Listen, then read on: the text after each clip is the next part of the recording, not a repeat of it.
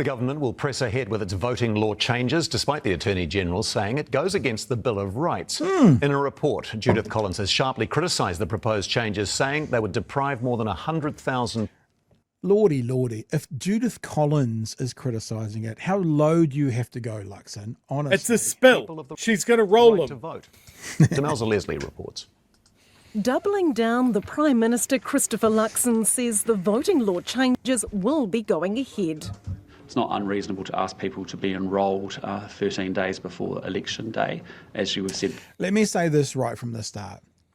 What he's saying is not incorrect. It's not unreasonable to expect that. It is ridiculous to think it's going to happen. And what he's saying is, if you don't get around to something, we're going to take your right to participate in democracy away. I was supposed to pay for my dog license by the end of June. I didn't get around to it. Slipped my mind. I forgot it. I paid it over the weekend before I was going to get a penalty. I should not have paid it over the weekend. I should have paid it at the end of June. He's basically saying, if you forget, we're going to come and kill your dog, the equivalent of. If you put anything in the way of democracy, if you hinder one person from being able to vote, even if they're in the wrong, Mr. Luxon, even if we agree with you that they should have been registered, I don't actually have a problem with that idea. Even if we agree that they should have, that doesn't mean you get the right to take their vote away. Mm-hmm. We've had a system like this for 30 years. You don't get to come in and change the system because you think it's best, because many of us don't think that's what it's about. This is just another example, Chewie, also, of these things that weren't spoken of prior to the last election, that there is no mandate for, that these guys are going to just push through, even though we now know it's against the Bill of Rights. Nothing needs to be done. You have no right to take away someone's right to vote, even if they're the laziest shit in New Zealand. Even if they're like, I can't be asked, I don't want to vote. And then a week before the election, they go, oh, no, actually, I think I will. They're allowed to. You don't get the right to do that. Any impedance on someone's ability to vote is an attack on democracy. Full stop. I'm going to push play, Chewie. Do you want to say anything before we go? Yeah, I just want to say that remember the reason that they're doing this is because by their reckoning, it might delay getting an election result by a week. Yeah. Is that worth disenfranchising 100,000 New Zealanders of voting age?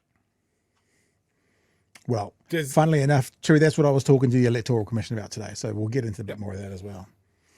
Way to go. Yep. Way we go. Before it's 26 days in Australia, and that gives people plenty of time. The report by Attorney-General Judith Collins found the changes clash with constitutional rights. She said scrapping enrolment once voting begins could disenfranchise more than 100,000 people. Young voters, Māori, Pacifica and Asian people would be the worst affected. There have been a number of strategies used over the centuries by unpopular governments to ensure that they can't be removed from power in a popular election. Voting bans like these are one among those strategies. Collins also reported a ban on prisoner voting breaches the Bill of Rights and can differ wildly depending on timing, like this example. Someone imprisoned for only a month, which happens to include polling day, can't vote.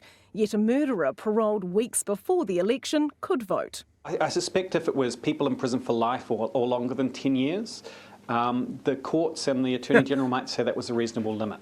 But setting it so that anyone... Yeah, that was Emmy beforehand, for sure. ...sentenced to prison doesn't get to vote, that's where it's sort of arbitrary. There's no public safety argument to be made. Actually, no positive argument of any kind was ever advanced in favour of this prisoner voting ban.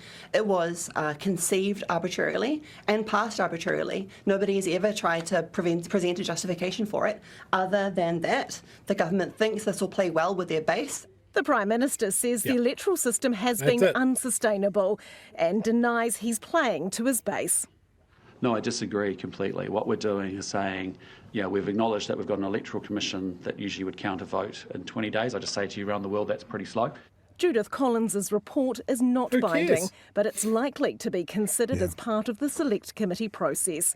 Demelza Leslie, One News. So the other thing you got to put out there, Chewie, is if we're going to start to run our country based on what other countries do, I'm interested once again have that conversation around the capital gains tax, because, other countries, if that's the reason we're doing it,